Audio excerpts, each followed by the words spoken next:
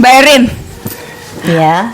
aku tuh baru sadar ya. Jadi dulu tuh waktu aku belum tes human design ya kan, waktu itu kan belum lama dikasih human design tuh sama Mbak Erin, karena ternyata tipeku tuh generator kan, utamanya gitu kan. Nah tadinya tuh aku tuh males banget makan. Oh gitu. Ya males banget makan karena aku tuh kayak takut gemuk gitu kan. Tapi yang terjadi karena aktivitasku padat banget ya, jadi aku tuh jadi gampang sakit, Oke. lemah lah gitu ya secara physically. Dan di situ ya lumayan dijelaskan bahwa ternyata aku tuh nggak bisa, kekurangan asupan makanan. Dan akhirnya tuh kemarin aku coba ya, sebulan terakhir itu aku coba makannya tuh ya dibilang teratur enggak banget, tapi dibilang enggak agak lumayan ketimbang sebelumnya. Nah, jadi aku tuh tetap makan sehari sekali, tapi ya sedikit ada tambahan lah gitu, cemil-cemilan tak buah tak apa. Dan tau gak sih, jadi ngaruhnya tuh nggak ke emosi misal atau ke produktivitas. ngaruh Mbak. Jadi Suasana aku hati gitu ya. pertama juga badan tuh nggak yang gampang sakit gitu, nggak gampang. Hari aktivitas lancar ya. Aktivitas masih lancar dan aku perhatiin gitu kan, kayak gue nggak gendut juga kok. Oh, gitu ya, iya.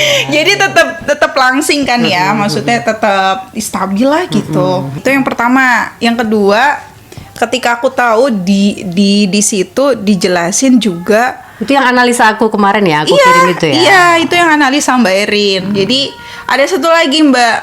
Jadi aku kan dulu bertanya-tanya ya, kenapa kok setiap aku habis ngajar orang, aku habis ketemu orang dan ngasih solusi buat orang lain gitu ya, ngasih energi gitu.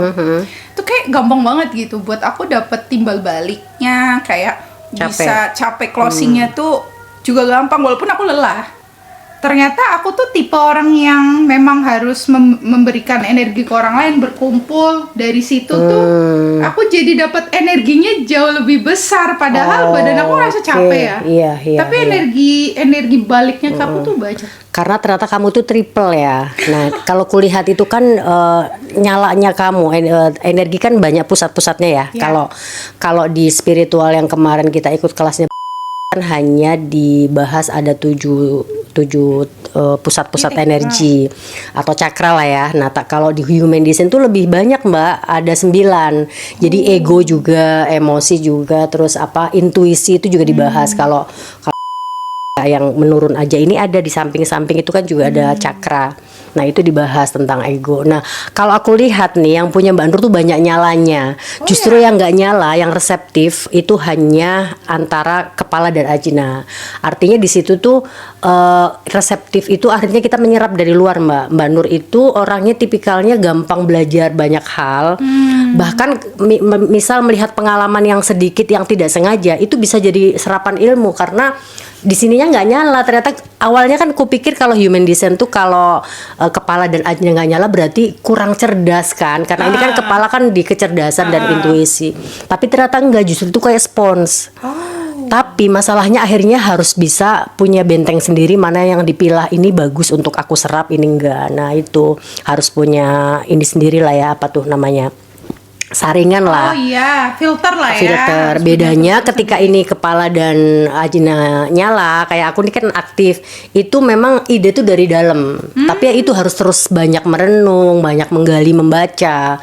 Karena nggak menyerap dari luar, tapi memang punya potensi dari dalam. Nah, itu lebih biasanya insight. Nah, makanya aku sekarang kan bikin air insight. Oke, ternyata dari situ. Karena aku ternyata gampang banget tiba-tiba ada muncul pemahaman baru yang mendalam itu dari ketika aku merenung nggak sengaja misalnya di toilet gitu ya, itu sering banget. Nah itu bedanya di situ. Tapi kalau tadi yang ditanya Mbak Nur apa tentang yang baru paham, apa tadi yang diceritain tentang yang energi ya. Energi. Jadi kalau aku habis ngajar.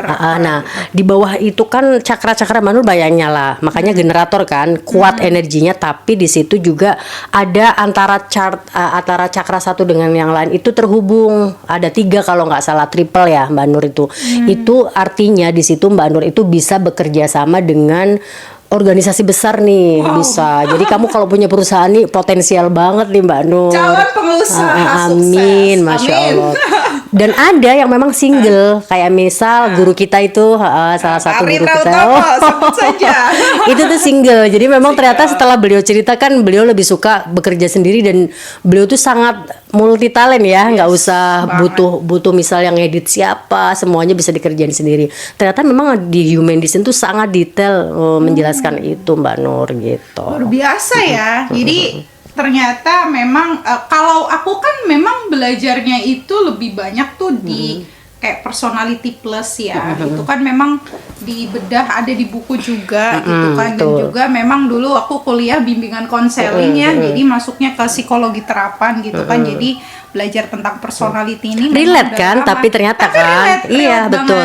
Kalau di itu melankolis ya bahasanya orang-orang yang perasaannya Ya, lebih dalam, lebih terus detail. perfeksionis.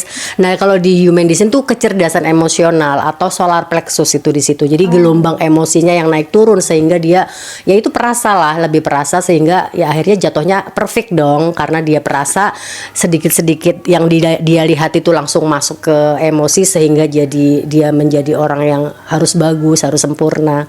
Ternyata relate loh di situ, bener. Ya. Dan aku sisi melankolisnya tipis. Iya, Makanya sangat mudah sekali memaklumi orang ya. betul. Karena memang kentalnya di sanguinis koleris ya. Jadi ada sisi di mana aku juga bisa ramah, bisa hangat, bisa membangun bonding yang sangat kuat. Tapi di lain sisi aku juga lumayan tegas orangnya dan ya spontan. Dan saling melengkapi ternyata ya. Saling melengkapi. Iya. Karena Mbak Erin Alhamdulillah itu ya. Dipertemukan itu ternyata untuk saling melengkapi. Kalau aku apa personalitinya Mbak? kemarin tuh koleris melankolis. Korelis melankolis. Berarti kita kesamaannya di korelisnya. Korelisnya apa kolerisnya. Koleris. Karena kalau kita tidak ada kesamaan di koleris itu agak sulit untuk bisa Kerjasama gitu. kerjasama ngedrive dari dalam dirinya tuh agak sulit gitu. Bahan diskusinya tuh nggak nyambung akhirnya ya. Kalau ini kan karena sama-sama satu pemikiran, tinggal polesannya nih. Aku orangnya terlalu resmi mungkin ya karena Ya, tidak ada sisi melankolis, sanguin. karena kan melankolis. Oh iya, dan sanguinnya nggak ada kan, jadi nggak bisa rame kayak Mbak Nur tuh.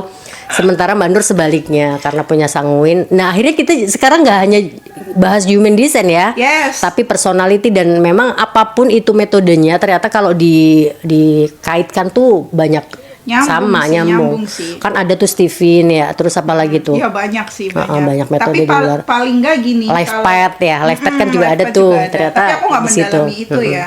Tapi kalau sebagai aku yang profesinya sekarang trainer, mentor, Butuh dan banget nggak sih, Mbak, selling, kayak gitu tuh? Sangat dong, butuh. Untuk Karena memahami gini, orang ya.